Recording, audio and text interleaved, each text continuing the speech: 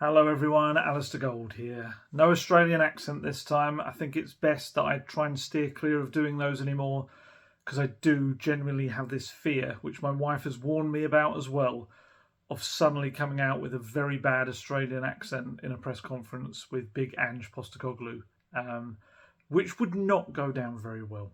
It really wouldn't. I would definitely get called mate. Oh, I've done it already. I've already technically done an Australian accent of sorts. Yeah, that needs to not happen anymore. So I'm going to try to not lapse into one of those. But talking of Ange Postecoglou, he did arrive at Hotspur Way finally on Friday for a little kind of not quite a flying visit, because I think he was there for a fair chunk of the day. Essentially, he was on a holiday after the season ended with Celtic. Obviously got everything sorted out with Spurs. I think it was the Tuesday he went off on holiday. He said that himself. And then popped back to come to Hotspur Way on Friday just for the day. Then headed back off on his holiday again. I don't know where he went. I think, as I guessed maybe in the last video, I'm pretty sure he goes back to Greece every single summer. So I'd imagine that's where he'd been. If that sounds confusing, you think, what do you mean back to Greece? If you weren't aware, Ange Postecoglou was born in Greece, moved to Australia when he was 5, and yes, obviously has family back in Greece from his father's side. I presume actually his parents both must be Greek. Yeah, lovely story about Ange Postecoglou that I don't think I told in the last video, which I'm going to tell now because I can absolutely gutted I didn't remember to say it in the last one. So little Ange Postecoglou, not big Ange Postecoglou, when he was 12 years old, essentially what I kind of mentioned in the last video was that his dad really wanted him to get into football. Didn't want to lose him to any of the Australian sports because he wanted to keep this bond with his son. Very hard-working man, Jim Postecoglou. Didn't, see his kids much during the week because he was working, then had his dinner and essentially fell asleep on the sofa. Then the whole process kept going. Very hard-working chap. But what he did have, that little bond, was on a Sunday, he'd take his son to work, go and watch the football and really get him into football. So essentially, Ange Postecoglou pretty much had no choice. That was what he was going to do. And he wanted to do that because he wanted to be close to his dad. But what's lovely was that he tried to start up a football team in his high school. Managed to get it together, got some boys together, and the school went, okay, that's fair enough, we'll do that. They got the music teacher to try and coach it. Unfortunately, Ange noticed that in a fair few of these coaching sessions, the music teacher would be sat underneath a tree outside marking various pieces of exam work and paper. So little Ange, 12-year-old Ange, took on the team himself, coached it, and took them to win the state championship as a 12-year-old. So if you ask Ange Postecoglou when his coaching career started, he will tell you when he's 12 years old. And he has a lovely little interview I listened to, one of the podcasts he was on. I think it might be in the Howie Games one. And he was saying that he's met some of his old schoolmates since. And when he asked them, like, why did you listen to me? And they were like, well, you seem to know what you were talking about. And it's just that he had this knowledge of football that had been brought through his dad. And, it's the kind of thing that would make a great film. 12-year-old coaches his own school team to go and win the state championship. I thought it was a really lovely story. Just a little sense, I think, of the person. Just a little sense of where it all began. And clearly he's a doer and a bit of a leader, even when he was a kid. But no, I thought that was lovely. And also just a way of being close to his dad, which I'm sure many of us can appreciate. So, so turned up at Hotspur Way, and that's a big old tangent, I'm sorry, but it was still Ange Postecoglou related. So Friday, popped into Tottenham Hotspur Way even, in Enfield, to meet various people, various departments, kind of introducing himself and then get him to just say hellos to him. Obviously met Daniel Levy, Ryan Mason, who we'll talk about in a moment. I don't think Scott Munn, from what I understand, I think Scott Munn is currently still in China. Whether that's sorting out various bits and pieces to do with the City Group, because he technically doesn't start with Spurs until July the 1st. That's, I think, when his contract ends with the City Group. But I think he's in China right now, which would suggest doing that sort of work, unless there's anything else he's starting to do with Spurs. Obviously, he will be being consulted on everything that's happening at Spurs as well, because that's how it works when people are starting a new job, as you will well know in anything you do. So Postecoglou popped in, face-to-face meetings, really, just to kind of get a sense of what's going on. One of those face-to-face meetings was with Ryan Mason. I put out a piece on Ryan Mason. I broke this news the other day. When did I do it? Sunday. God, that's only yesterday. Feels like a long time ago. In essence, Ange Postecoglou has this history of working with young coaches. We've spoken about this before. He did it with Harry Kewell at Celtic, but he's done it many times throughout his career. Essentially, he likes to give opportunities to young coaches and help develop them and send them on their way to eventually become managers, whatever. So he had a chat with Ryan Mason, was impressed with him. Obviously, their philosophies are going to sync together, aren't they? Ryan Mason wants to play very attacking football. So does Ange Postecoglou. And from what I understand, Postecoglou was impressed with Mason. Mason was impressed with what Postecoglou had to say. And despite the fact that there's a few clubs interested in Mason, 2 or 3 in the Championship, a couple across Europe, Postecoglou convinced him, no, stick around with me. Let's keep, we can do good things together. So that's what's happening. Ryan Mason's going to stay as part of his coaching staff, which for me, I think is a really good thing. He's a very talented young coach. You've heard me talk about him before. And I think, especially being in sync with someone like Postecoglou, whereas obviously he's only previously has worked as a part of a coaching staff with Conte, different methods, different ideas. And this maybe is a better fit for Mason. And I put that out there thinking that was good news. And I think I'd say the overwhelming majority of people agree with that. But some of the responses really surprised me. Maybe they didn't really surprise me, but it's kind of what you expect now. But there were some people that were really upset that Ryan Mason is remaining part of Tottenham Hotspur. There's this strange... how do I put it? How do I put this? Almost like, I get there's, excuse me, anger towards Daniel Levy, and I get there's anger towards the football club right now. But there's this thing where Ryan Mason has somehow got wrapped up in that with people. He's like been meshed up in this big ball with it, which, from what I understand, is quite far from the truth. I mean, I know he said, and I think this is probably the thing that's killed him in a way, is that, or with some people, is that he came out with this comment within a press conference where he said something along the lines of, some people have let Daniel Levy down. And that was taken, I think, as purely, he's Levy's man. He's his, whatever, all the various words that these people use. But what people ignored was that the rest of this really long press conference, about 45 minutes, actually surprised a lot of us journalists in terms of how strongly Ryan Mason actually went about what a mess the club was in and the lack of leadership, direction, identity. That's talking about Daniel Levy. That is talking about the head of the club and being, he actually said, we've made essentially bad decisions in flipping from one manager to the next, and that's resulted in the squad being mismatched for the next manager and all of that.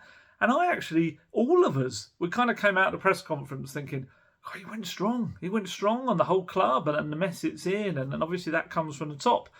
And then, of course, he said this one line, and that one line. And look, there is an element of truth to it. Of course there is, of people have let Levy down. Look, you know my thoughts on this. Daniel Levy has made some bad decisions over recent years, especially when it comes to managers. But I don't think you can argue against the fact that people have let him down in some respects, in that people he's brought in have not been able to help him. I mean, Fabio Paratici is a great example. Fabio Paratici has come in, but obviously with things that have happened in his past, that he's been charged with, whatever, he's kind of let him down because he hasn't been able to continue doing his job. There's been players that certain people have wanted who have come in and have not been right. Obviously Tongi and Dembele, Lo Celso, two of the most expensive ones. Even Richarlison, who I still hope will come good. 60 million signing, has come in and scored one Premier League goal last season. So yeah, I kind of get what he was getting at.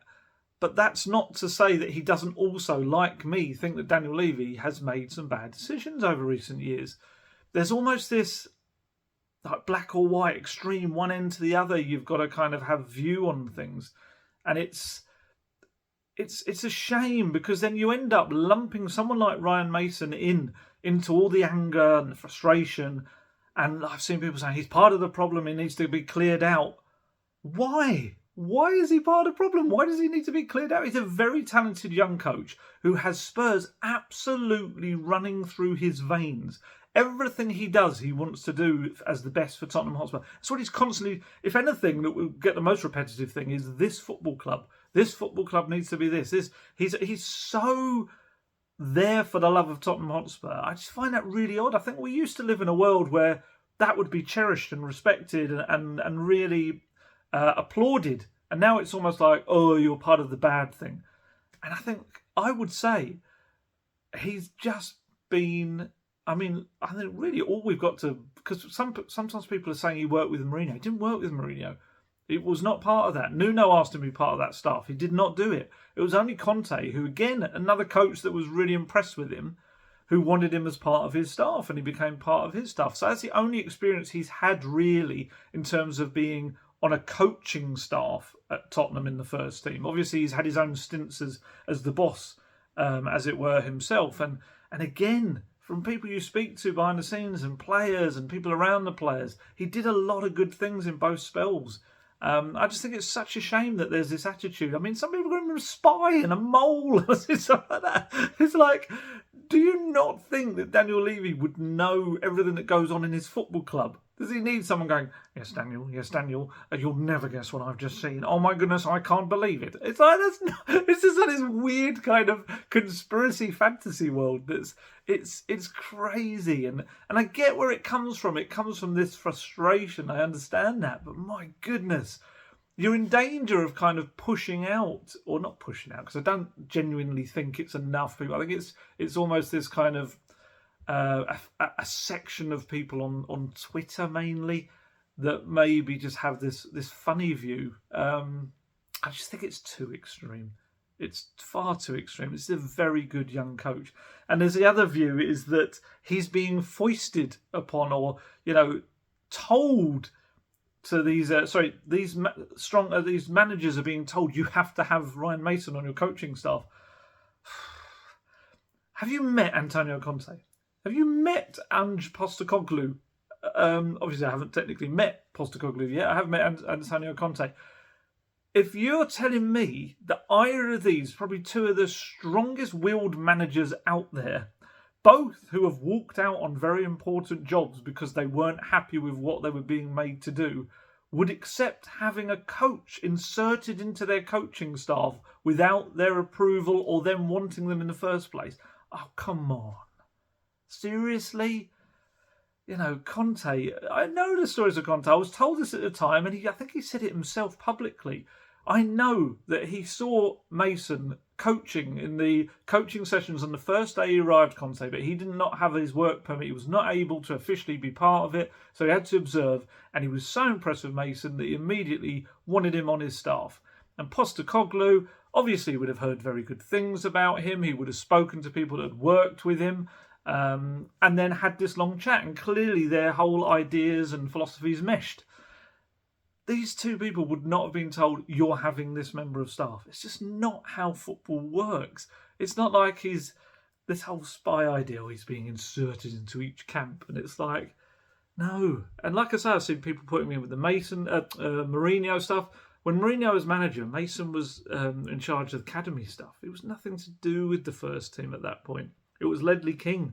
Ledley King was brought in by Mourinho, who wanted to have a club man. And he actually went for Ledley, who has only really got the basic, very, very basic coaching qualifications, and is now, that's why he's kind of back to his ambassadorial role. Whereas Ryan Mason he's got his pro license. He has been coaching for 6 years, and I just feel it's so unfair. I know this has ended up being a bit of a Ryan Mason segment, but I just saw all of that, and I just thought, what is going on? You're going to end up doing yourself or talking yourself out of having a very good young coach on the staff. I've seen some people saying, oh, he's not ambitious enough. I saw someone saying he was a coward for not leaving the club. But what are we to say that these 5 or 6 clubs that are interested in him in the Championship across Europe are the right club? You shouldn't just leave the club and be unemployed, just go or just go and take any of these jobs. It's not how it works. If I'm, again, stress, he's only 31. If you're at that stage of your career, your first job is so important. We've seen so many young coaches go into the wrong job and pretty much kill their managerial career straight from the off. It is such a right decision have to be made. You could look at it and you could say, could you not go in at somewhere at Leeds? Could you not go in somewhere like Watford and all that? You look at clubs like that and you see how quickly they turn over their managers. That's not a good place probably for a young manager to start his journey. You need somewhere where it's more stable, and perhaps he's just waiting for that opportunity to come up. And if that means that he spends another 6 months to a year, maybe more, soaking up what Postecoglou can teach him, how is that a bad thing for Spurs or for Mason? I don't understand it. I think maybe sometimes people get these ideas in their head and they run with it rather than really thinking about it and the ins and outs. And it's not like he's saying, I just don't get it. I don't get it. Sorry, I could spend ages talking about this because it's one of the things. Maybe I'm just getting too old. I don't know. Maybe I see these kind of things that go on social media. I just find it so mad. Maybe it's different when you know the people involved. You know what their abilities are. You know what they're bringing behind the scenes. And look, the players like Mason. And it's, from what I understand, his appointment has been very well received, and from what I understand, the Postecoglou appointment has been well received as well, which is a good thing. That's probably, to be fair to Ryan Mason, that's probably the most important thing, that Postecoglou is coming in and is being accepted by various people within the club. But yeah, I just find that incredible that a 31-year-old should get out there. Again, maybe it's a bit like players and how we hype up very young, and I'm guilty of it myself, hyping up very, very young players who should be starting, who should be playing straight away, because you have the odd exceptions, the odd, like Wayne Rooney was the 16-year-old that was incredible from the beginning, and you get people like that. But on the whole, most young players don't come through till they're, let's say, 21, 22. Maybe now you've got coaches like Will Still in the French league, who, what was he, 28, something like that, and Eddie Howe obviously came into the game very young as well. Maybe it's like this thing that, Mason should be a manager right now. And it's like, well, actually, if you look at people like Ruben Amorim, is considered one of the top young coaches around at the moment. He's 38, 7 years older. Even the likes of, Alonso, and people look at Arteta as a young coach. They're like almost a decade older. And yeah, I don't know. I just worry that he's been lumped in with the whole Daniel Levy anger. And I just think you've got a guy that loves Spurs, wants to get the absolute best for Spurs out of every possible day he works he can. And he also has to be a very talented coach who the players respect and the new manager respects. I cannot see a negative to it. I just can't. Sorry, that ended up being a proper rant, and I really did not mean to go off on a rant there whatsoever. But yeah, sorry. Back to Postecoglou. So we know that Ryan Mason will be on his coaching team. I'm intrigued to see who else ends up on it. Obviously, the word from Scotland is that he wants John Kennedy and Gavin Strachan to join him, his assistant and one of the first team coaches there.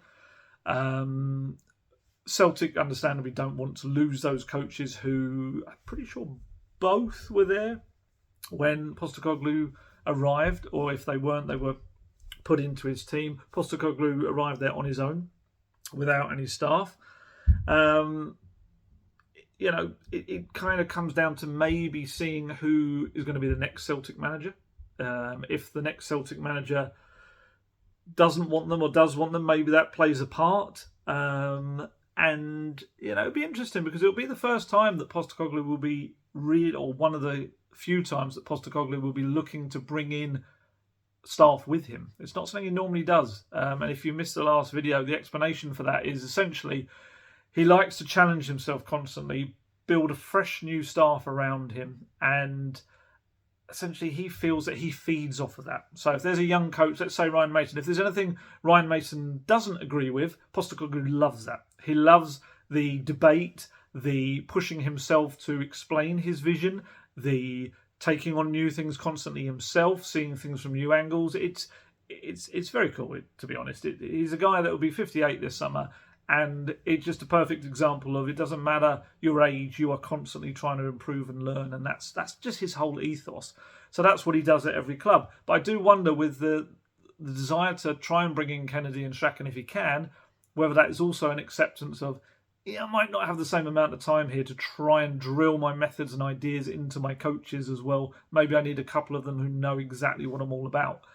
But I remember, I think I read it out to you last time about Harry Kewell saying that within 2 days, 48 hours, he knew everything about Postecoglou, what he wanted and how he wanted things done. So I would imagine Ryan Mason, who's a bright lad, will take on, 31, a bright chap will take on a lot of that very quickly. And like I say, I do think it's going to mesh with a lot of what he wants, because Mason wants to play pressing football, but he admitted he just didn't have the fitness in the players to do it at the end of this season. He wants to play with either a 4-2-3-1 or a 4-3-3, so that will suit nicely. He wants to play a high line, so it's all going to fit in quite nicely in that respect. And I saw that Matt Law from the Telegraph wrote a piece as well earlier today that suggested that if they can't get Kennedy and Strachan, that they may be looking at Chris Davies, who's an assistant to Brendan Rodgers at Leicester, and Paul Clement, who you might know has been a many-time assistant manager to Carlo Ancelotti at various clubs, including Real Madrid. And yeah, they're looking at those. I'm intrigued to see what happens with Matt Wells. Matt Wells is very, very well respected at Spurs. Came through the ranks, obviously, at Spurs and was a youth coach there with Scott Parker's assistant. Went off to be Scott Parker's assistant elsewhere. And then Ryan Mason obviously brought him to be his assistant in this little interim spell. Very highly regarded. I'd be intrigued to see whether he sticks around. If I was Spurs, I'd be looking to try and encourage him to be part of it. Obviously, it's Postecoglou. Postecoglou will decide whoever he wants. This is what happens in each one, is that he will have people that he's got an idea of that he'd like to bring in, and also the club will suggest some ideas, and then he will look at those, analyse them, and decide if any of those, who are the best fits and things like that. And yeah, so we'll see who he brings in. But yeah. What else was I going to talk about Friday? So the various departments, one of the meetings that he had was a transfer meeting with Daniel Levy there. Mason was there, from what I understand, and so was the chief scout, Leonardo Gabbanini, who was Fabio Paratici's man. He was brought in, and they were discussing, obviously, what comes next. Feels like there's a real drive at Spurs to try and be more data-led. You'll have seen that in various articles out there. That's the vibe we're all getting. That the club are really looking to improve. I think I said this in a previous video about how they're looking to improve the funding for things like the scouting, the data analysis, the medical department, things like that. Just a wholesale improvement, and that's what Scott Munn will be in charge of, and the new director of football when they come in. And yeah, data analysis, that's something that there's a feeling that maybe Spurs have a bit behind in that, or have been behind. Maybe the resources more than the people. I don't think it's a talent thing. I think maybe it's more the resources, and that's something that I think Postecoglou also is quite into, the whole analysis side of things as well with data. So yeah, it'd be interesting to see kind of what that brings up, and the different ways Spurs approach their recruitment. Because let's be honest, recruitment has not been great in recent years, especially the big money buyers. So getting it done in the right way, with actual data that backs up exactly why. And I'm sure they have been using data. I'm probably doing them a bit of disservice, but you see some of the clubs out there that are really using data to the max, and it's the people like Brentford and Brighton use it, and you see the success they're having. So if Spurs get on board that properly, then it's only going to have positive results and influences on their transfer business as well. So what are they going to have to do? Who are they going to have to bring in? Obviously, we know straight off the bat, the number one is a goalkeeper. That's going to have to happen with Hugo Lloris's very public, I'm not going to say announcement, but public reveal that he wants to leave for new challenges if the club will let him. And you'd heard me say this way back. I think it was December that I reported that the Spurs this summer were looking to bring in a new goalkeeper who would eventually take over from Lloris. Now, obviously, looking for someone that can start straight away in that job. Obviously, you'll have seen all the stuff about David Raya. David Raya ticks a lot of boxes in terms of 27 years old, so pretty much in it and approaching the real bulk of his prime. He could be your first choice. If you look at Hugo Lloris is 36. You're looking at a decade potentially as the club's number one, which would be the best thing for Spurs, because obviously they've managed to get 11 years without buying an expensive goalkeeper, so they'd probably be delighted about that. But Raya ticks a lot of boxes because he is homegrown, because of his background. When he arrived in the country, he is good with his feet, which, as you've heard me say there, or previously, that Postecoglou wants his goalkeeper and defenders to be able to very quickly get the ball upfield to the other players, and not a massive fan of kicking it long in any way, and that includes diagonal passes from the centre-back and the goalkeeper. So he will prefer the goalkeeper to play quick, short, sharp balls out to the full-backs or the defence or straight to the midfield. And David Raya, that is one of his talents as well as being obviously a very good shot stopper. So, it sounds like his camp have been very heavily sounded out about the move, and it sounds like that is a kind of going in a positive direction. The issue, though, of course, will be Brentford and how much they will want for the player. A bit like the Harry Kane situation, he has only 12 months left on his contract, Raya.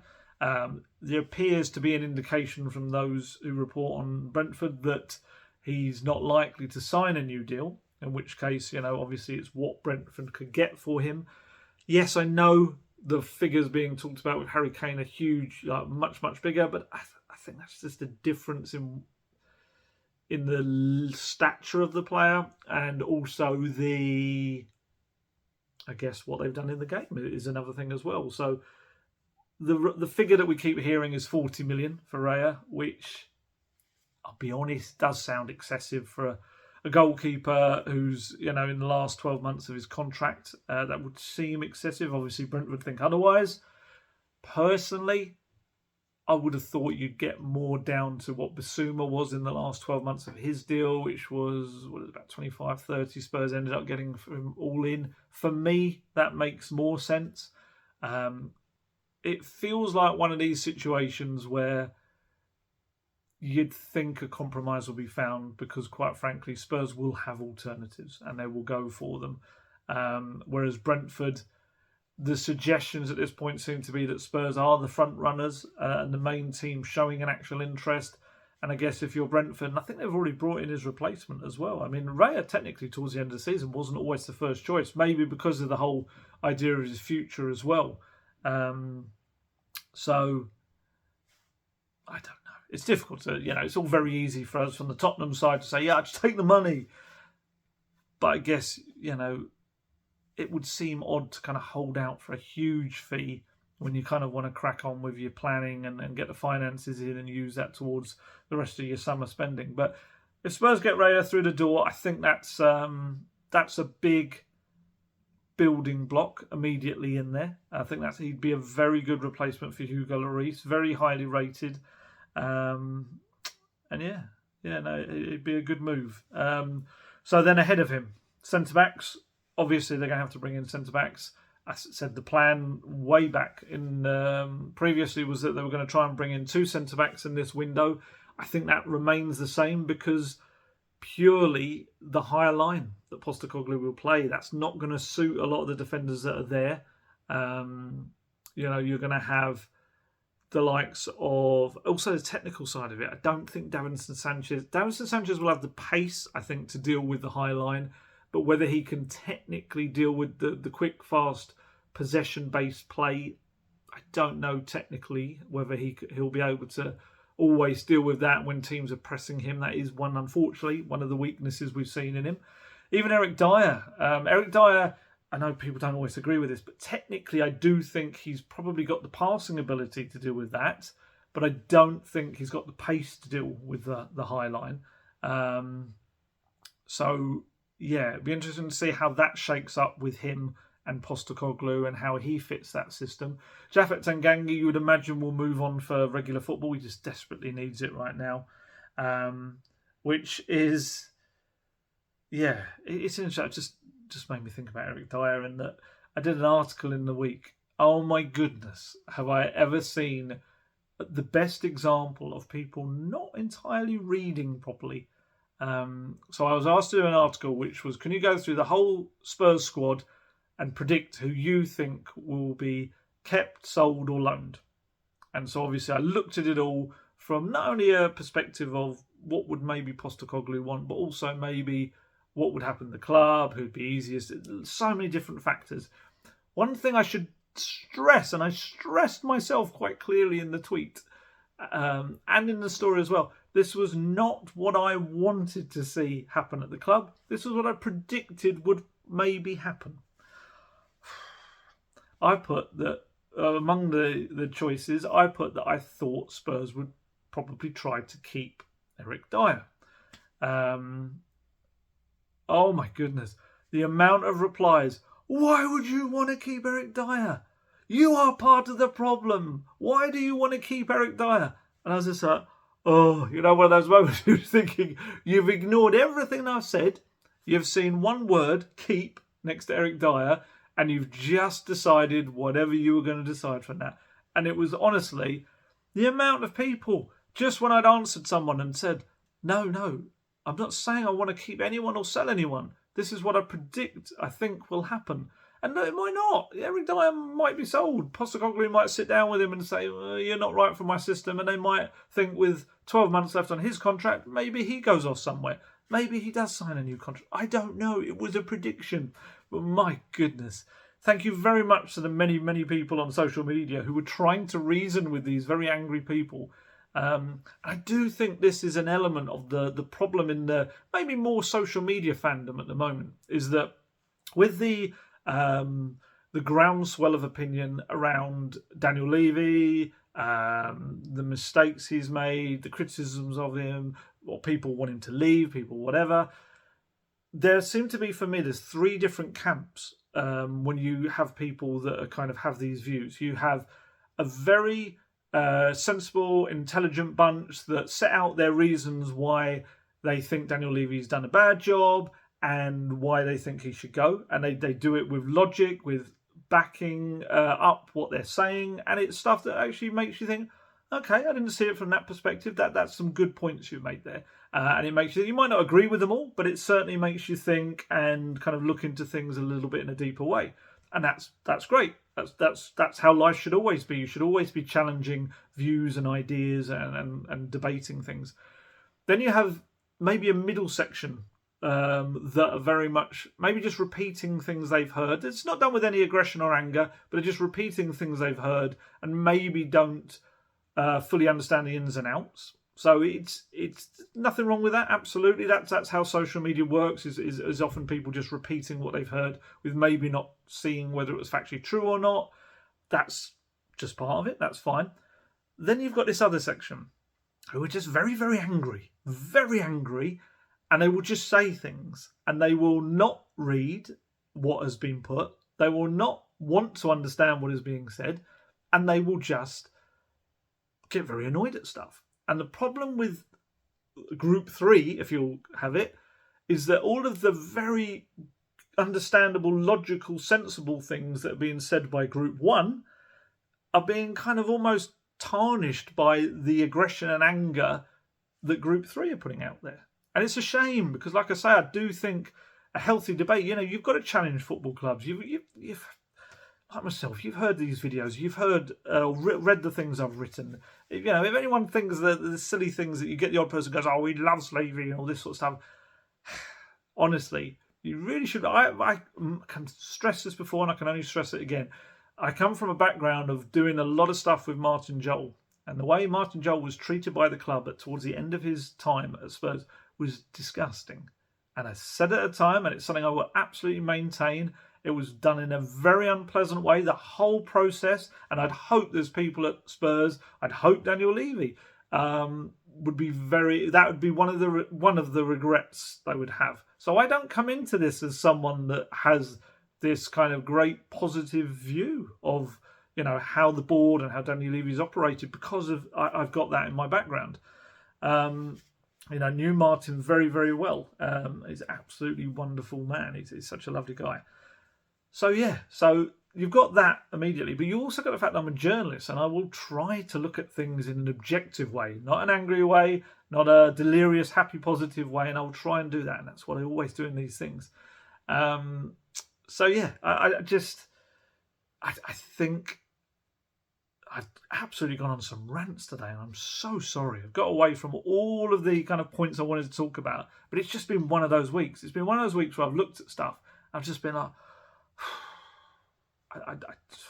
it's almost, and this is the problem about the group three, is that the group three, I feel that they're not helping the case of the people with the really good points about the ownership and how various things should be challenged and how decisions should be better about the club. And there's no getting away from the fact that decisions in recent years have not worked, because otherwise the club would not have slid down the table like it has.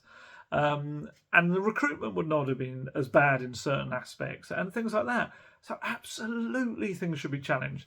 But yeah, I just feel like sometimes the group three are being so angry and aggressive towards all other Spurs fans that don't hold their same view, that you're ending up actually turning people against that view.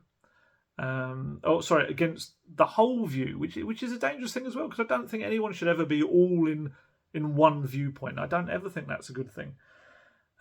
Sorry, little rant over there. Anyway, but yeah, where was I? I was back to that. Sorry, it started with Eric Dyer. So Eric Dyer's fault. He started me up on this massively long rant about fans and stuff, and yeah. Hopefully you understand what I mean, though. It's just a shame. It really, I got myself all hot and bothered as well. It was hot, and I've had to close all the windows, so it's hot enough as it is anyway. But yeah, it's a shame, because I think we're at a point now where, yes, the frustrations will still be there, and I think Daniel Levy's got a lot of right decisions still to make in this summer, especially, a lot of backing to do with his new manager. But I'm also at a point where I'm quite excited about the whole Ange Postecoglou era. Everything, you know what I'm doing. I'm reading so much about him. I'm listening and watching so much of his interviews and philosophies and ideas and people that have worked with him. And I am genuinely excited about what he can do with Tottenham Hotspur. And it's just a shame at the moment. There's almost this instant reaction now, even to Postecoglou among some people of, yeah, oh, this is rubbish. Oh, I hate the club. And it's almost like some of the people in Group 3 just almost want everything to go horribly wrong and the club to fail so they can say, I told you so, which is such a shame. Because again, I can keep pointing to the Group 1. The Group 1 have got it right. They're kind of rational, level-headed, and their criticism is done in the right way. And it isn't putting them off also being able to back Postecoglou, who could be a very good manager for Tottenham Hotspur, head coach. Yeah, right. I need to get away from that. Rant. Absolutely need to. Back to the players. So yeah, centre-backs. I do still feel like I need a couple of centre-backs to come in. I think it has to be done. I also feel like the system itself, naturally the 4-3-3, which if you're not aware what happens is that in the three in the middle is a pivot, a number 6 kind of player. That just reminds me of Ross and Friends Pivot, as they try to get the sofa down the stairs. Number 6, and then you've got 2 attacking number 8s who essentially, their job is to fly on and very much support the central striker and fill in, almost makes a front 5 at times. And then what happens is the fullbacks or the centre-backs The inverted fullbacks will sometimes come into the midfield to make up their numbers. Occasionally, a centre-back will also step into the midfield as well. And it's all to squeeze that space so that the opposition have so little space to operate in that their only way out is to either be superb in passing the ball around the press, or they boot it over the top and they run through. And that's where obviously, you've got to get your sweeper keeper right. Although he did have Joe Hart, who was maybe, not at the age to be able to do that. So maybe he can work around that.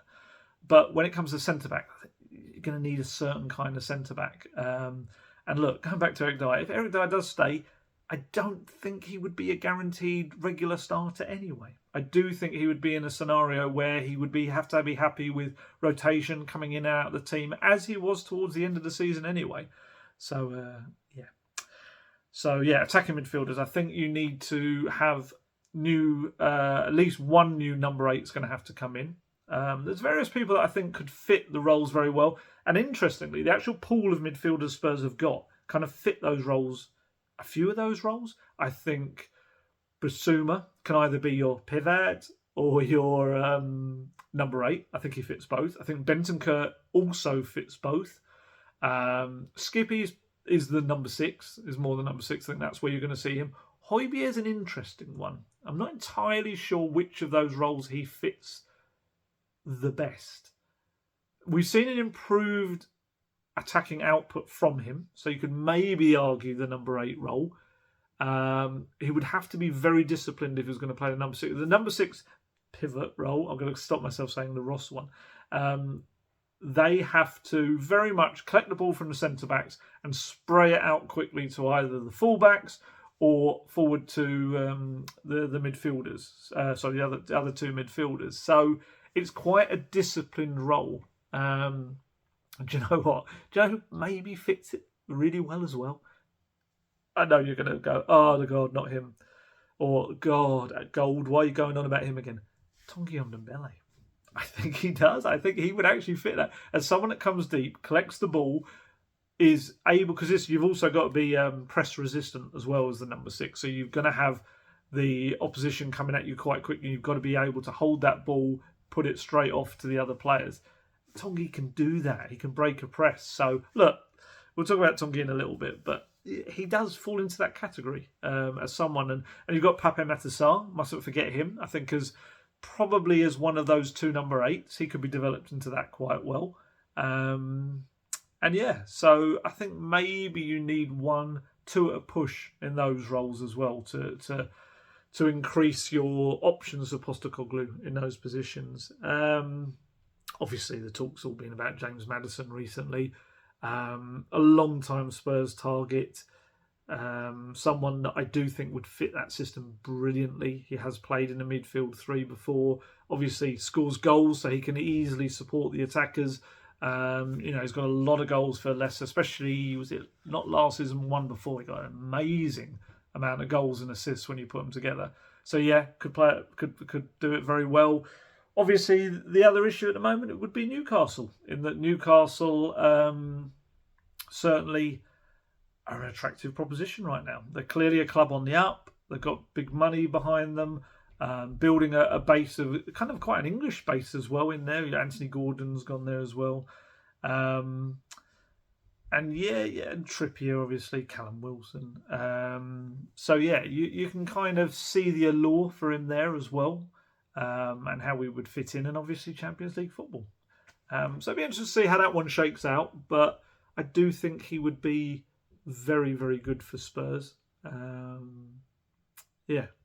see how he works out as well and where he ends up going as well. I mean, look, everything about the Postecoglou system is about being technically very, very good, aggressive with the ball, brave with what you do. He will absolutely want players to take risks, and he will take the responsibility if it doesn't work. He will lift that off their shoulders.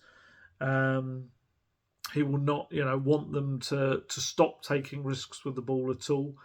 And it's just about quick, fast, ferocious movement from back to front. The whole motto at Celtic was "We never stop," because that's what they do. The ball is very rarely out of play. They want it to be very quickly put into play again. And I've got some stuff I'm going to talk to you about his training sessions towards the end, which gives you an idea of how he trains them to this relentless approach. Doesn't always work, but from his career on the whole, it has. So, again, another aspect of why I'm really excited to see what happens with Postecoglou's Tottenham, as long as he's given the right players. That is a key caveat.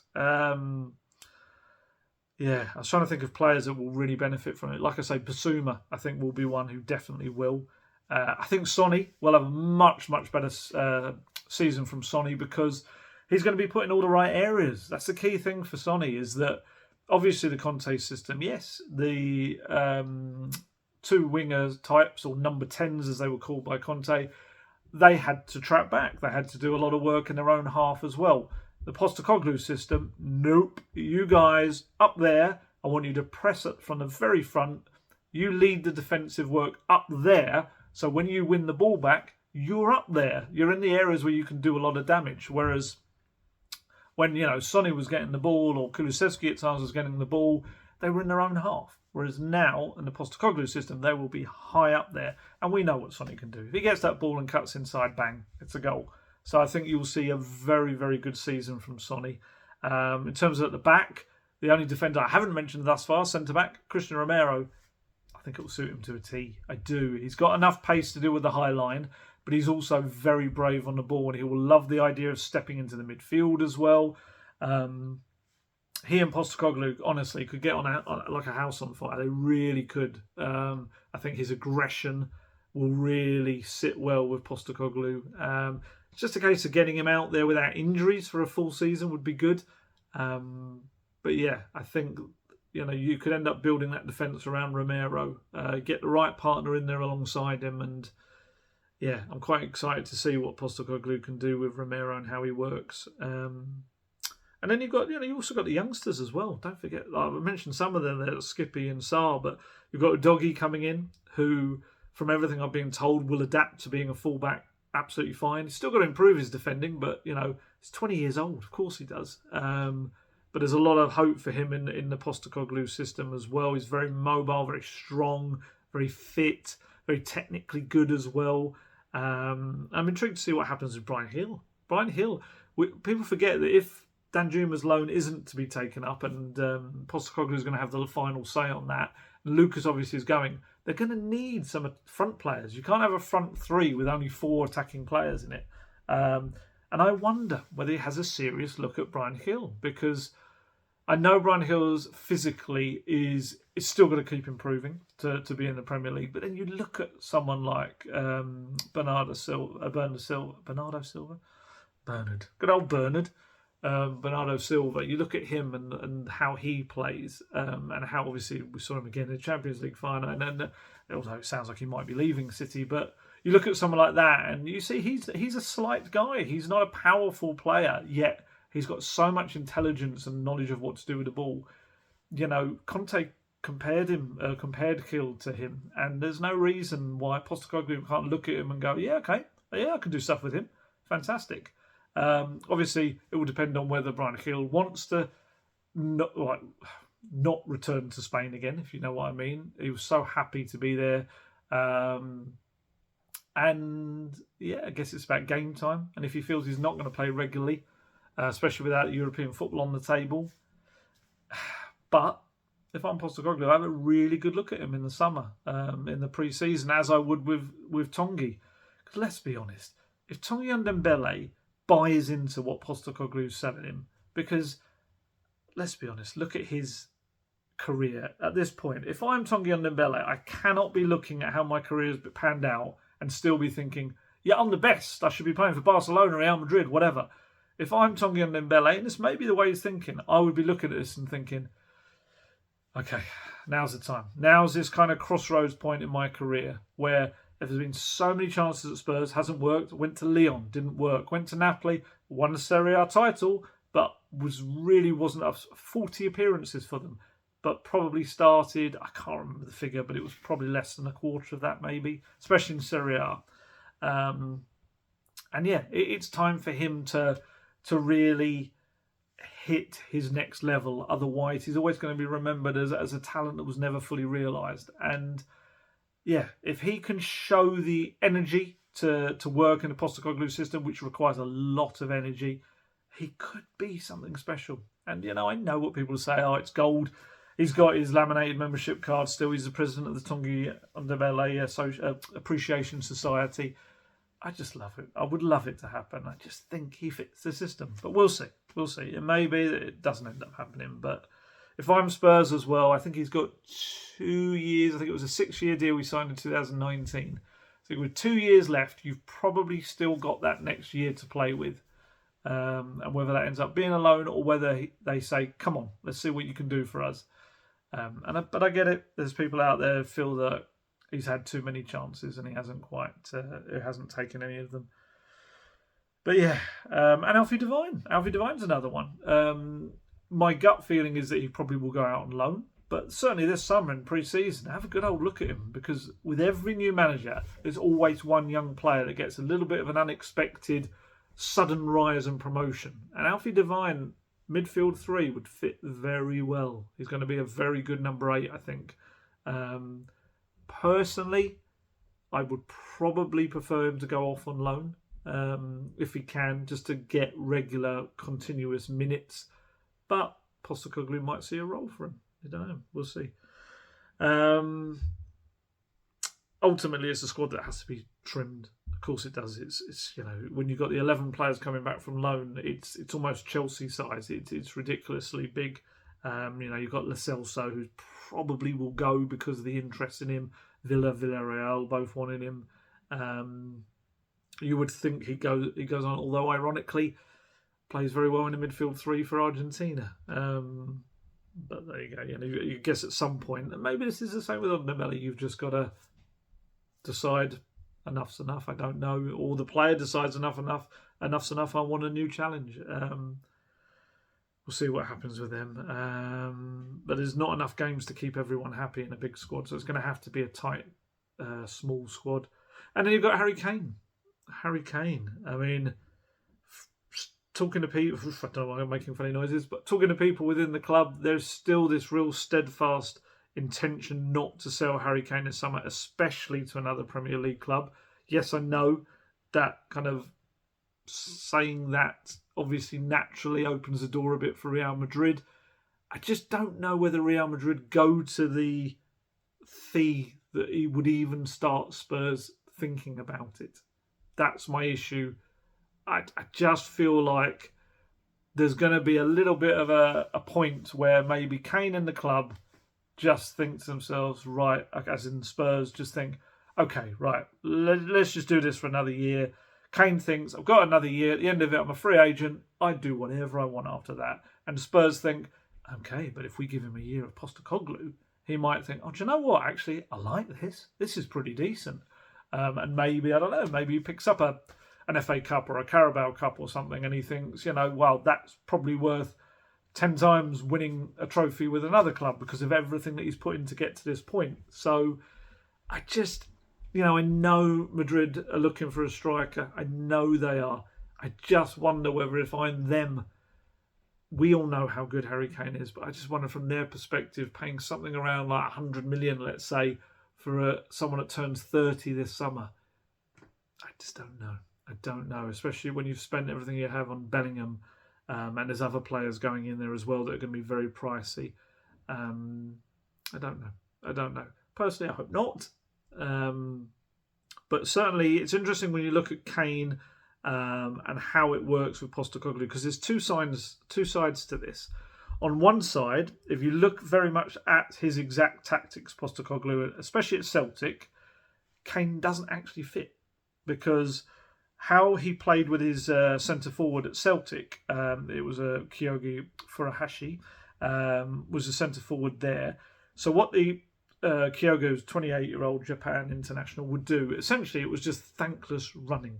Constant pressing, running, harassing, pretty much sacrificing himself for the team, and then being there for when the ball gets into the box. And he got 34 goals in a terrific season, but it's very much a thankless running into the ground role, which ironically probably suits Richarlison more than Kane. Because I think the key thing with Kane is that, I think I spoke about this in the last video, he's had 3 near injury-free seasons.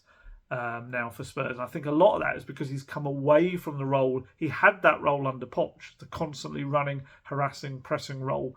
And I think since he's come away from that and managed his game movement better, maybe that's the expression, I think that's why we're seeing less injuries. But it's also interesting that Postecoglou has, in the past, at various other clubs, has used a bit of a false nine, with a nine that can drop back. So Harry Kane can obviously do that. And it would seem mad if you've got a player of Harry Kane's quality and ability to also be a playmaker. Let's be honest, he's world class. So it's not a negative to come up with a system and to be a coach who can innovate around a system. I mean, Guardiola's done it with Haaland this year. You know, you could look at someone like Guardiola, who is someone that, you know, there's a real mutual appreciation between Guardiola and Postecoglou, and they've got obviously similar beliefs. You look at Guardiola and you could say, oh, but you know, he's never going to change his beliefs. He's got a very set style of play. No, not at all. If he's got a player that he wants to fit in, he will adapt his tactics and try to get the best out of the overall team. And that's what he's done with Haaland. And you've seen as the season's gone on how much better and better it's worked. And you saw him experimenting with the fullbacks coming into the midfield. And you've seen him tweak and change. And Postecoglou is the same. He's not wedded to an exact style. He's wedded to a philosophy, an idea of how he wants football to be played. That's a very different thing. So yeah, to see what he does with Kane, and this is what I mean about the other side of the coin, is Harry Kane in a Postecoglou team is going to get so many chances to score. You know, he's 47 off Shearer's record. I'm not saying he's going to get 47 Premier League goals this season, but he will get a lot more chances than he did last season when he got 30 Premier League goals. I still can't believe he got that. So yeah, we'll see. I was just trying to think of other players like this. Harry Winks, you would imagine it's probably time for him to seek another challenge. I did well in the second half of the season at Sampdoria. Ironically, would also do well in the midfield three. But you would have thought he'll probably move on. Sergio Reguilon coming back. I just think there's too many bodies in the left-back roles now for him. Joe Rodon. Again, if I'm Joe Rodon, I probably look for regular first-team football now. I think there's a little bit of an interest in him around the Premier League and in France as well. So, and I think across the continent there'll be a few clubs looking at Joe Rodon. Trying to think, he actually would be quite good in a Postecoglou system as well. He's not slow by any means. I think he would deal with the high line okay. Technically, he's quite good. But I just think it's the time for him to probably move on and do new things. Jed Spence, I think there's probably it depends on Porro. If Postecoglou comes in and thinks that Porro can be pushed up as, you know, I'm talking about those attacking players, maybe Porro takes up one of those, the right-sided front three role as a alternative to Kulusevski, maybe. So yeah, thinking about that. Maybe that opens up a spot for Spence and Emerson to be the right backs. I don't know. Again, maybe with such a long contract for Spence, maybe it's in his benefits to head out on another good, properly thought about loan. We'll see with Spence. There's a, you know, he's got time on his side is the main thing with him as well. And like I said, Postecoglou will have the final say on Danjuma and Longley, and whether either of them ends up getting their loan made permanent. Obviously, you're talking about different figures in terms of Longley. You know, there's some suggestions it's as little as 10 million, maybe less. I think as a squad player, I think that's kind of comes into the realms of probably sensible. I know there's some people who've decided that, you know, he's part of the problem, all of this sort of stuff. But I actually think he'd be all right. I don't think he's a slouch. Maybe you could argue maybe hasn't quite got the pace to deal with a high line. I don't know. But certainly technically, I think he'd be able to deal with the demands that are placed on the centre-backs. And again, like I say, it's just for that price. And I know people don't like it when you talk about the economics of it all and the business side of it. But for a guy who is a good leader from behind the scenes, as in leader, maybe leader's not the right word, but a good character, someone who is a good example to the younger players as well in the way that he carries himself, trains, and acts, and it could be that Postecoglou looks at the footage of him and thinks, okay, that's someone I can really work with as well. So it might not be. It might not be. I'm just purely trying to run through my head about where they could be. And obviously, I mentioned a little while ago Dejan Kulusevski. I do wonder with him. I think he would absolutely tear it up on the right of a front three under Postecoglou, because he could do the pressing, he can get up and down, and he can cut inside, he can shoot, he can do lots of terrific stuff. But I also wonder, if you remember me saying last summer on one of the tour games just before I spoke to Kulusevski, and he told me that his favourite position was being a number 10. Could he play as one of those number 8s? Could he actually end up developing into a very good number 8, coming into a more central role? I mean, we saw him play it towards the end of the season as number 10 in a 4-2-3-1. But could he come that little bit deeper? And obviously, you've got the number 6, and then be one of those 2 8s that sits ahead of that number 6 pivot. It might work in that role for him as well. Like I say, Spurs still fully expecting to sign him. Not only has he been on all the promotional material for the match in Bangkok, but also you might have noticed when the new kit came out, he was one of only 5 names you could get on the back of your next season shirt. So for a player who, yes, his loan officially ends at the end of this month, to not only be used on promotions to a match next month, but to also be a name you can buy on your shirt for next season.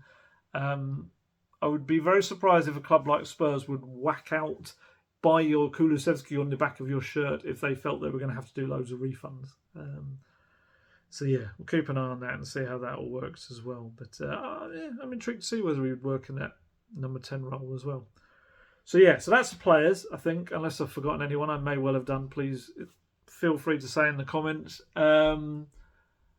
Next up, obviously, we'll also, not only the transfers, but will be the director of football. We're going to have to get in as well to work between Scott Munn and Postecoglou. We're going to have to pick someone that has the right philosophy and meshes with what he wants. You can't get another Paratici. You can't get someone who has a different view on football. You've got to get someone that absolutely echoes everything Postecoglou wants, because then you're going to get all of the right signings and everything.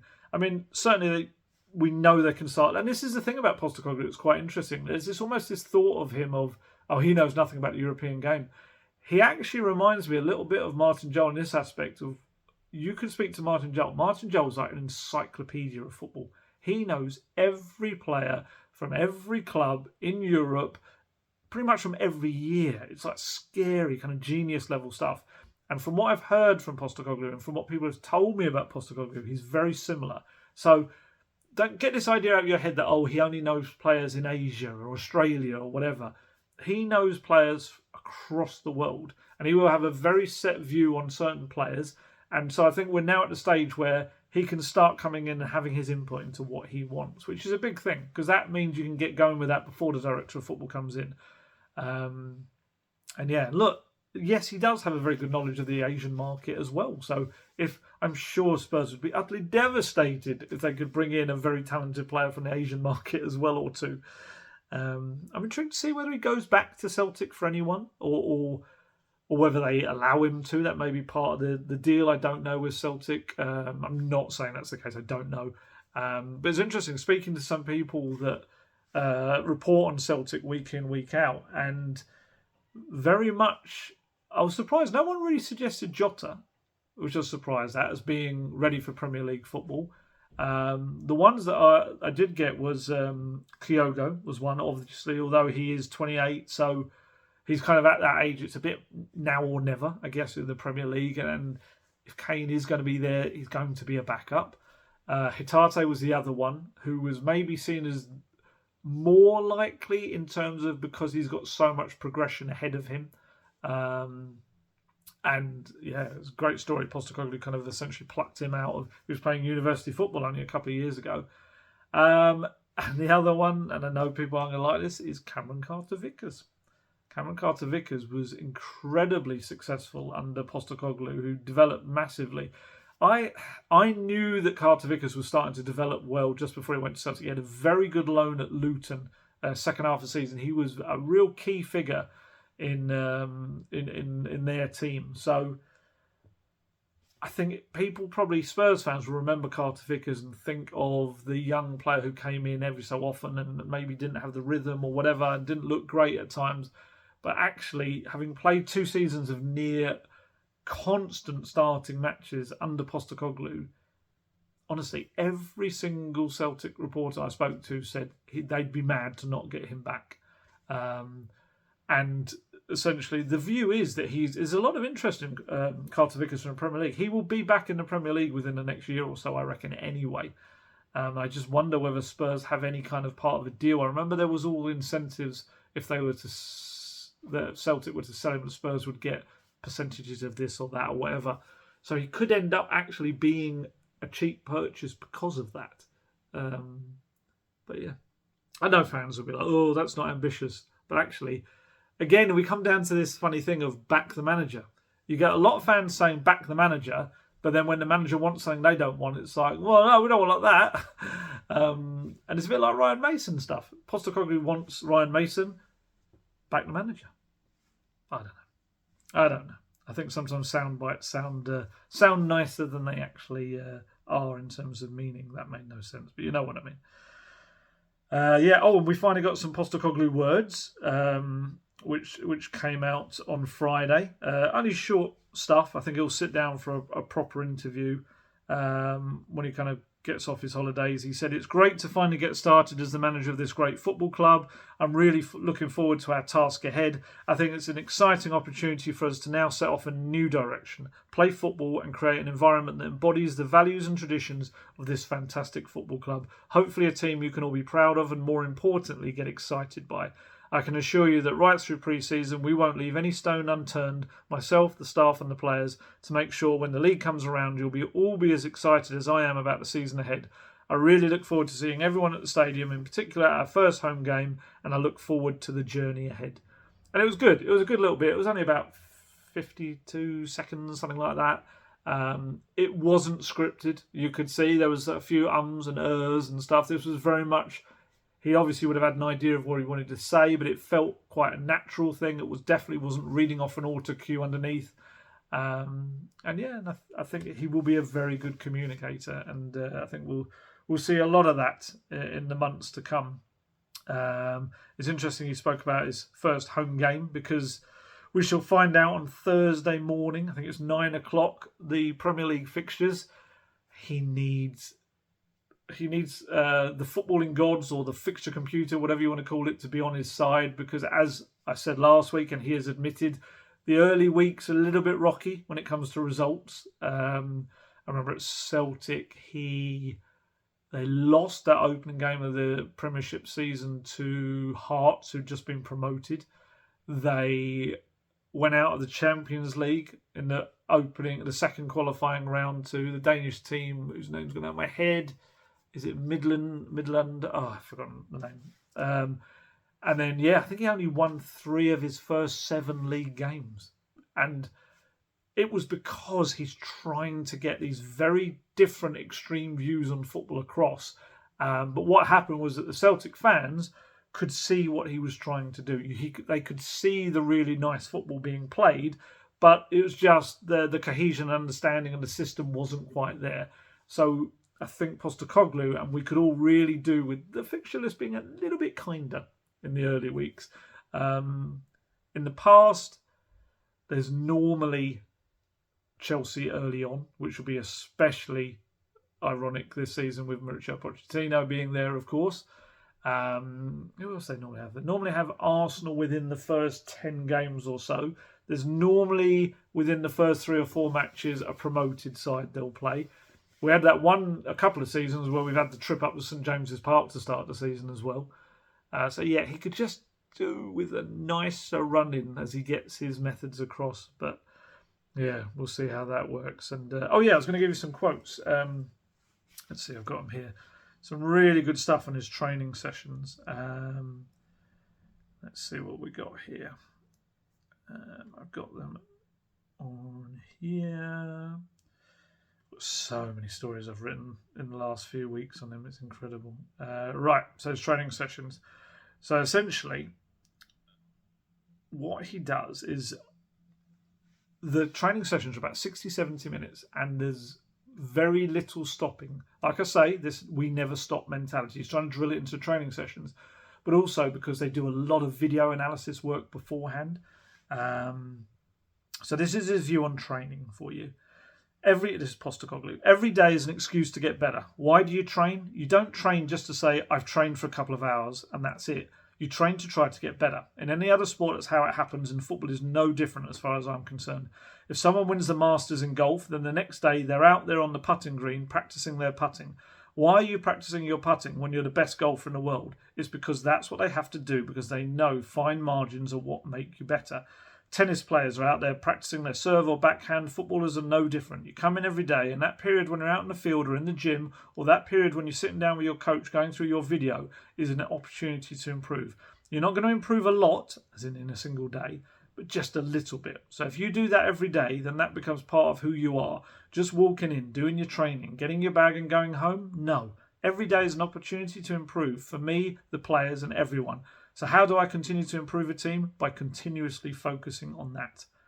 So yeah, he was talking about video work and tactics. And he said most of it is done on video because I don't like, well, let's say when we train and we train hard. We only train for 60 to 70 minutes. And I don't want to do my coaching out there. I want my players to already have the pictures in their head. So when they're out there in training, they train. So if we're doing an exercise and it's about possession and build-up, counter-pressing and pressing, they've already got that information and then they're executing it out there. Then if it doesn't work, we can go back and look at it and then we do it better the next day. So rather than me or any of the other coaches out there stopping it and saying, look, when the ball is here, you need to be there. Well, if you look at the way we play, we just want to be relentless. We don't stop. So I've got to condition the players to train that way. If you keep stopping training, then invariably they're going to switch off. Even when we're having a drinks break, the drink station is between two drills. So you finish your drill, you have a drink, and then you go into the next drill. They're not going to the side, having a bit of a chat, and then getting back into it. So if you're training, you're training. So for 60 to 70 minutes, I've got them training. Their mind is focused on our football. And if you think about a game of football, how long does it actually last? It's between 50 and 60 minutes, I think it means, with the ball in play. So 25 to 30 minutes each half, they've got to be on it, and that's what we train. And then he talks about video analysis. He said, we'll take video clips of training, and if we're working on something specific, sometimes the coaches will use that individually with players. Each coach has got responsibility for 3 or 4 players, and he might show it to one of them. And then if it's something we've worked on, then John Kennedy will put it in the boys' WhatsApp group and say, boys, have a look at this. This is from today's training. It'll all be drawn up so they know what they're looking at. If it's something that's really specific that I need to tell the whole group, then we will do that in a team meeting. But if the coaches are in any doubt about what to do with the videos, they'll run it by me. Most of my work with the coaches is done at the start, as in when he first comes in and meets them. And from what people tell me and the feedback I get, I'm pretty clear on what I want. So there's clarity on that in the whole building. Most of the time they'll know if it's something I'm looking for, whether it's training or the game analysis. It's really interesting stuff. Have a look at my Twitter feed. It's got all about the training sessions and what they can expect the players. And it's very much building in this relentlessness in the training sessions so that you will see that on the pitch. And this pre-season is going to be huge into how he gets that way. And also, there's some quotes I also put up about cup matches, which are quite interesting. I'm not going to read them all out because I've done a lot of reading out of quotes and nobody needs too much story time with Alistair. But in essence, when they're playing cup matches, he makes the training different. So they will do penalty practice in every single session ahead of a cup match. They will know it's different. And then after a cup match, they won't analyse the game. They won't review it. It will be gone and done because he wants to get it into the player's head that in a league match, afterwards, we'll sit down, we'll talk about it. We'll say what we need to do better for the next game.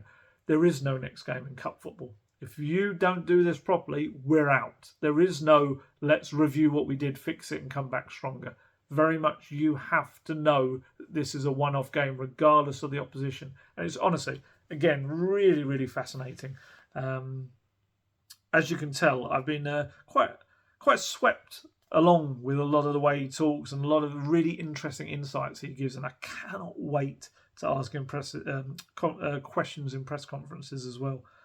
And actually, there was another little thing he was asked. I should stress all of these quotes, this and the training quotes, come from Open Goal, which is an interview. It's on YouTube. He did with and he did this was this month. He actually did this interview, so it's really fresh kind of stuff. It was just before the Scottish Cup final when he completed the treble. And they asked him whether he goes into a season with targets and expectations, and he says, I don't go into any job with expectations. I go in thinking, okay, this is what I need to do, and if I do it, we will get success. I've never really had goals or ambitions because I don't want to limit it. If I said in the first year that we would just win a trophy, well, we won a trophy, talk about Celtic, in my first 4 months. The players would then go and feel that they didn't need to do anything else because we got it. So we started last year by saying that we wanted to win everything. And this year the same. And next year we'd want to win everything at Tottenham. That way you're not putting a limit on what the players could possibly achieve. Most people like to have a little bit of a target and an idea of what are we trying to do here. You can't just send them off aimlessly, I know. But my thing is I'm not going to give you a specific target. But what I'm going to say to you is that we're going to be a better football team than last year. And let's see where that takes us. So yeah, he is. He's very, very clear in his communication. There's no kind of, if you don't understand, that's on you, because he gets it very clearly across what he wants you to do, whatever position you're in. And I love this idea that even when they're training, they should know exactly what they're going to be doing training, and they are just making it better and better and quicker and faster and more polished. But everything they will have learned about what they need to do and where they need to be will have been done almost like in the classroom with the video sessions as well. And they'll get homework and they'll get the coaches sending them to them in their WhatsApp group and everything, and individually. And look, I'm sure many coaches do this, but it's just fascinating to hear it actually laid out properly. So that's Postecoglou. Just before I started doing this, I saw there was a couple of youth contracts were dished out or announced anyway. Archie Chaplin, 17-year-old centre-back, got his first pro deal, which is superb. Alfie Dorrington, who is a very talented young man, 18-year-old centre-back, he's got a new deal, I think, till 2026, I think. Actually, I might have it open so I can be exact with that. It is till 2026, yes. Which is fantastic. He, honestly, if you watch the goal that Jamie Donnelly scored in the under-18s or under-17s Cup, I feel like it might be the under-18s one. Alfie Dorrington goes on this terrific run from the defence with the ball and plays it through to Donnelly to score.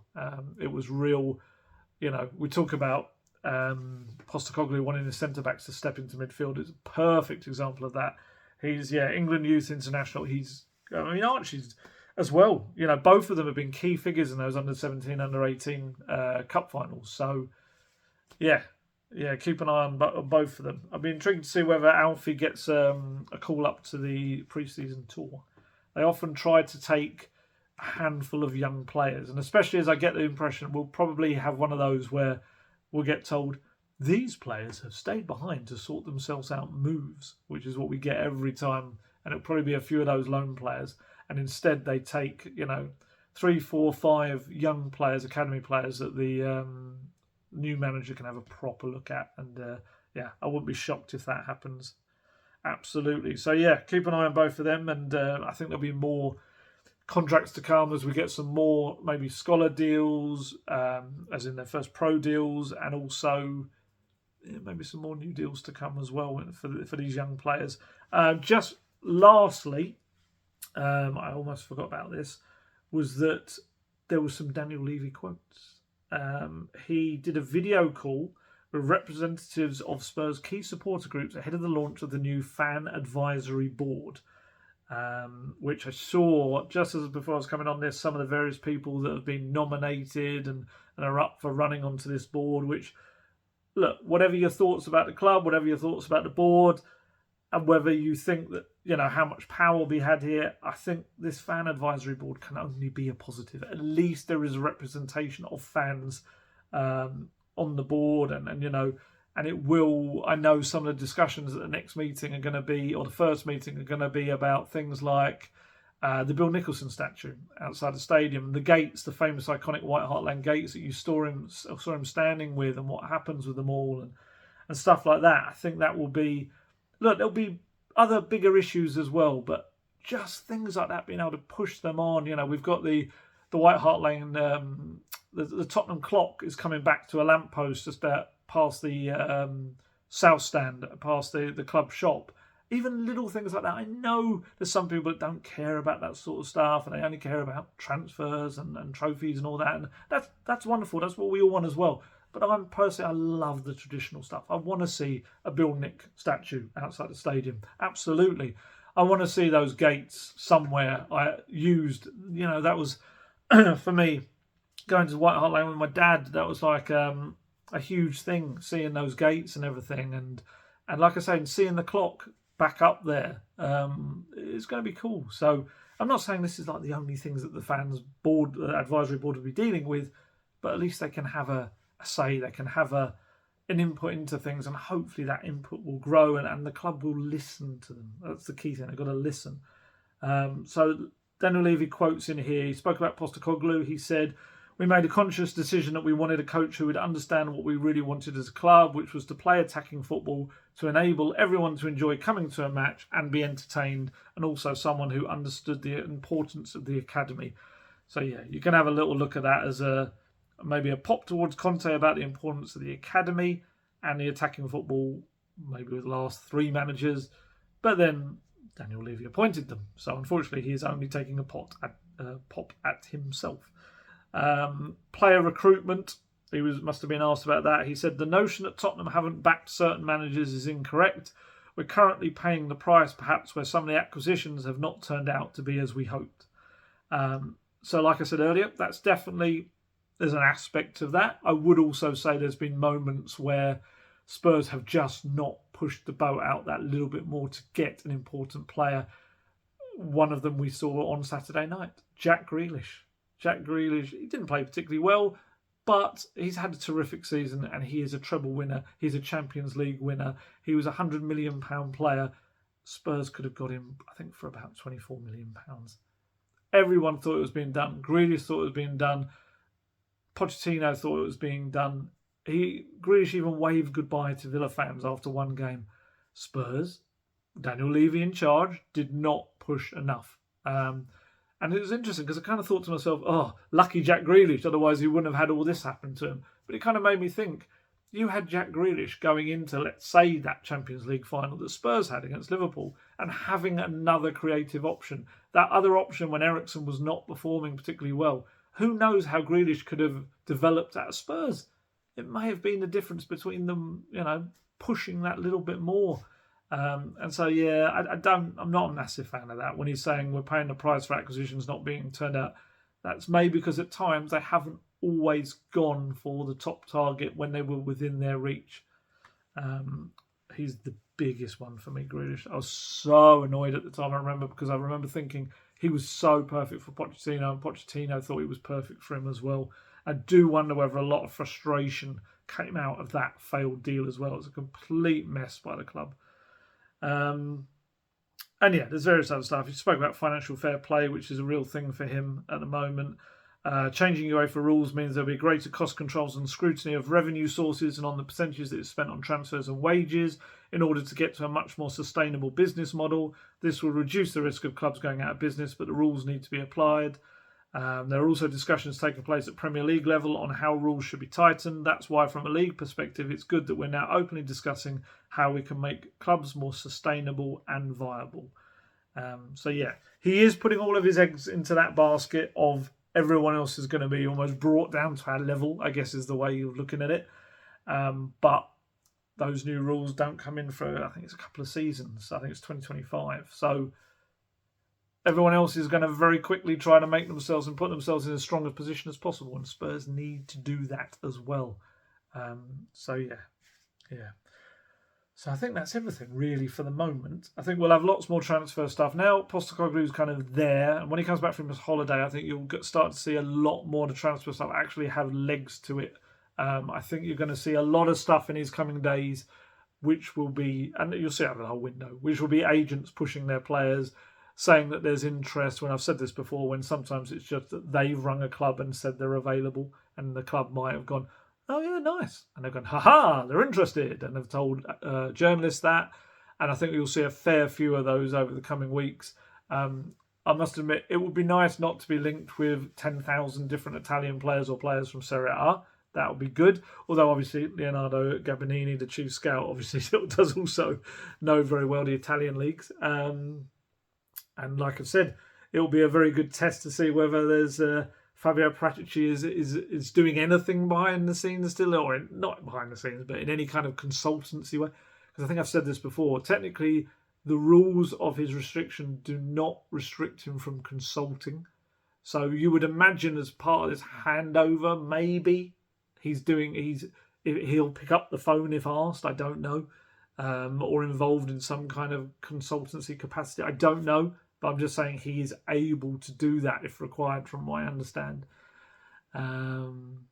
So yeah, I've just pretty much convinced myself there that there are going to be a million Italian players suddenly linked. But I'd like to see a little bit more variety and scope to Tottenham's dealings. And again, this comes down to the data stuff and the proper analysis. And also, it's not only about, you can have as talented data analysts as possible that you can have, but you need to have that data going into them and coming into them. And that's a key thing, from what I understand, that Spurs are trying to improve and get a better base and a better understanding of the players out there. Don't just do stuff on feelings and thoughts about a player being good for a system. Actually look at the hard, cold data that tells you how they operate in certain areas, what their thresholds are, how they push themselves, what their percentage of success rate in certain things they do, whether it's crossing, whether it's shooting, whether it's goal kicks, whether it's passing, through balls, key passes, whatever.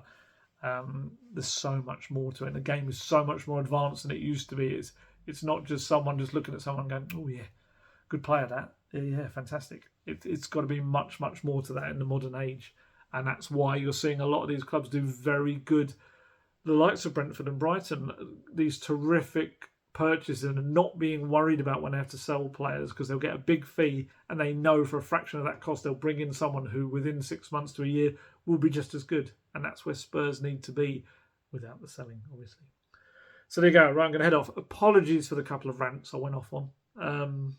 What was it about Ryan Mason and also the angry fans who are ruining it for the logical fans. But I get it.